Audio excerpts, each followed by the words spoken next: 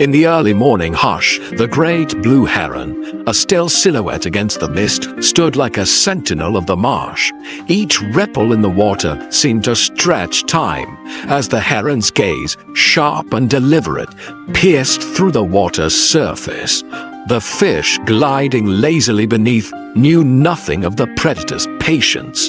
The heron's spindly legs, planted in the mud like ancient roots, barely shifted.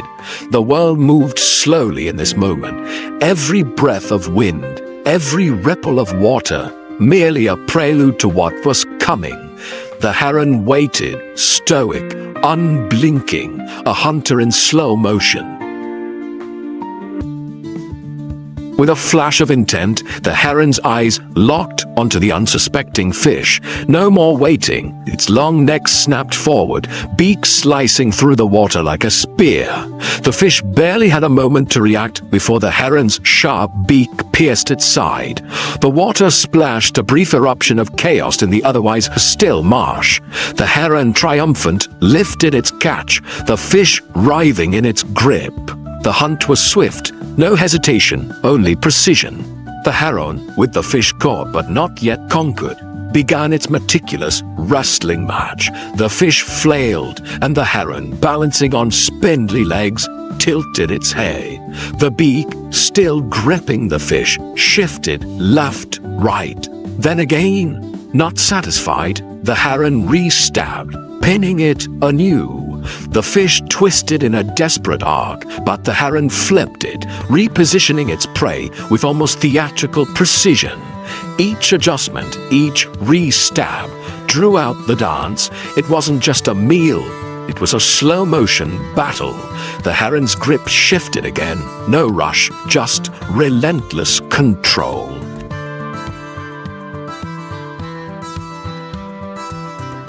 The heron, now holding the fish firmly, began a slow, deliberate readjustment. Its beak, grasping the fish's body, twisted slightly left. The fish, still writhing, forced the heron to re-angle its neck. With an almost graceful motion, the heron pulled its head back, then forward, re-stabbing the fish. Droplets scattered, the heron adjusted again. The fish, slowly tiring, was flipped once more as the heron lifted it slightly, then angled it downward. Another precise stab, another twist, until the fish's head was perfectly aligned. The heron, still not satisfied, made yet another adjustment, inching closer to the final position. Meticulous, relentless, in control.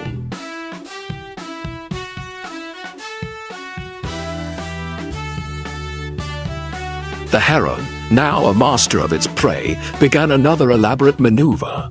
The fish, though weakening, still attempted a futile wriggle. The heron tilted its head upward as though contemplating the sky, then slowly lowered it, adjusting the fish to align perfectly. Each movement was deliberate, as though the heron was crafting a work of art. A subtle tilt of the beak, a shift of the feet in the marsh, and then a slight release, only to catch the fish again. Time stretched as the heron re-angled once more, ensuring the fish's head was aligned with its throat. Another slight tilt, another precise twist, as if the heron had all the time in the world. The fish, now barely moving, was lifted again, and with one final slow motion shift, the heron prepared for its final act.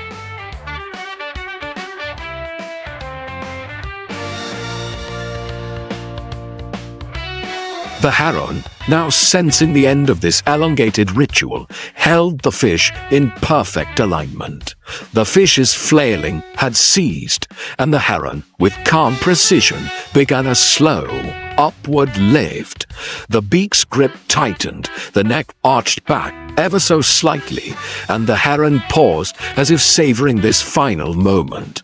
The fish's head was positioned perfectly toward the heron's throat, and with one last deliberate motion, the heron tilted its head further back.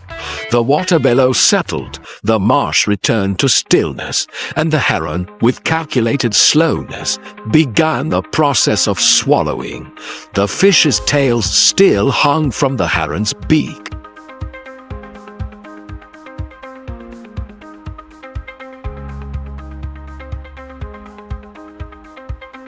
The heron began the slow, final descent of the fish into its throat. With meticulous care, the heron tilted its head back, letting gravity assist as the fish began to slide inward. The heron's throat bulged slightly, the fish's tail still visible, twitching for a final time. The heron, with an almost ceremonial slowness, closed its beak slightly, ensuring the fish was secure. The marsh was quiet, as though holding its breath for this final act. The heron's eyes, sharp and focused, surveyed the water once more, even as it completed its meal.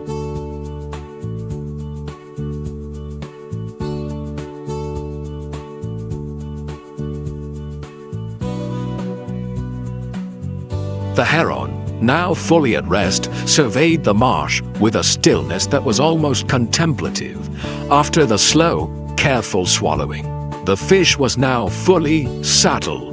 The heron stood tall, as if it were pondering the vast expanse of the water and sky. Each subtle shift of its feathers seemed to stretch time, as though the heron was savoring not just its meal, but the entire ritual. For minutes, maybe hours, though it felt like eternity, the heron remained, as if the marsh itself depended on that frozen stillness. Every now and then, a ripple in the water was all that hinted at life moving on.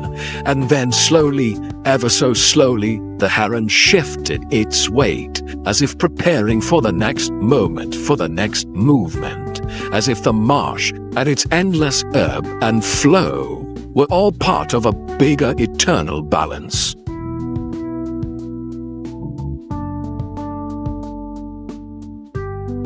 The video showed a great blue heron in a vast, mist-filled marsh, poised like a living statue.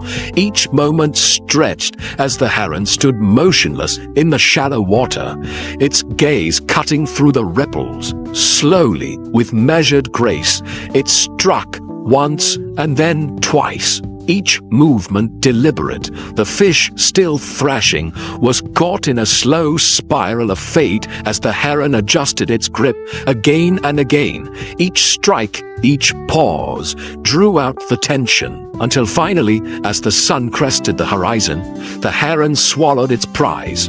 The marsh returned to silence, as if nothing had ever happened, except the quiet persistence of this patient hunter. You too can come to the Edwin B. Forsythe National Wildlife Refuge to see great blue herons.